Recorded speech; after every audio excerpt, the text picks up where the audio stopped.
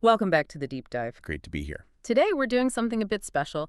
We're stepping right into a London morning into Virginia Woolf's Mrs. Dalloway. Yeah, and specifically diving into how she portrays, well, consciousness itself, Hmm. using the text as our source. It's all about getting inside the characters' heads. Exactly. And our sort of mission, if you like, for this deep dive is to explore how a seemingly ordinary day, just getting ready for a party, turns into this, well, profound exploration of human experience. It starts so simply, doesn't it? It really does. Clarissa Dalloway just deciding she'll buy the flowers herself. Right? Mrs. Dalloway said she would buy the flowers herself. It's such an everyday thing to start with.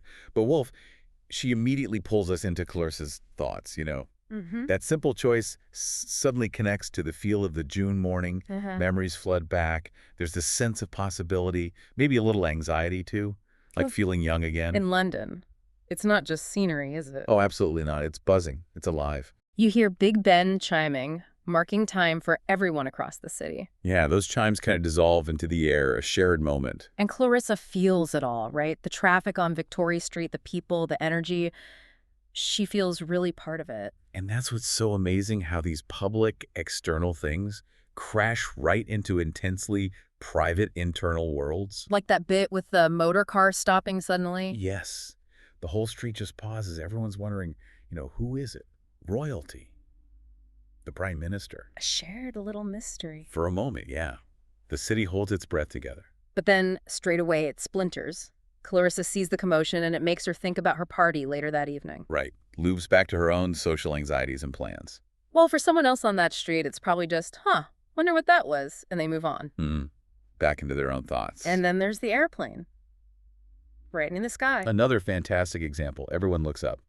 Trying to piece together the smoke letters, is it an ad for Glaxo? Or Cremo? Or maybe toffee? It's this shared puzzle in the sky. But again, what people make of it, or what memories it stirs up, totally different for each person. And this is where Woolf really shows her genius, I think. She contrasts these lives running side by side. Clarissa's walking, thinking about Peter Walsh coming back, wrestling with feelings about, say, Miss Kilman, All those complex internal drifts. while someone else is having a completely different experience of that exact same London morning. Exactly. We see Septimus Warren Smith, the war veteran. He looks up at that same plane. Right. But for him, well, it's not just smoke letters advertising something. It becomes part of his inner turmoil, tied into his war trauma. So the same sky, the same sight, but filtered through such different minds. Profoundly different internal realities processing the same external world. And that really gets to the core of what Wolf's doing here, doesn't it? Showing us that in any single moment, on any street corner, there are countless universes, thought, memory, feeling, all existing at once. Yeah, your inner life is just as vivid, just as real as the bustling city outside. Maybe more so, in a way. It's a powerful idea that behind every face you pass, there's this deep well of history and this continuous stream of consciousness constantly reacting to the smallest things. It makes you appreciate the quiet internal dramas happening all the time, everywhere.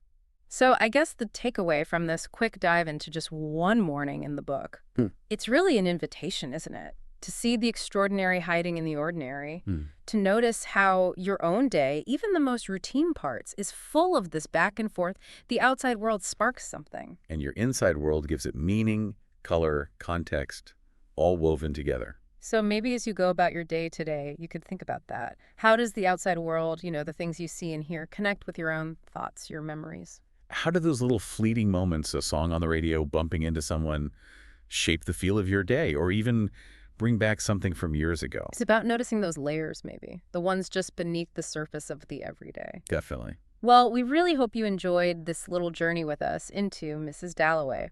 Yeah, it's just scratching the surface, but hopefully it resonated. If you like this deep dive, please do give us a like. And subscribe to the deep dive so you don't miss our next exploration. And please leave us a comment. We genuinely love hearing your thoughts. Maybe tell us what everyday moment felt extraordinary to you this week. We'd love to read about it. Thanks for listening. Until next time.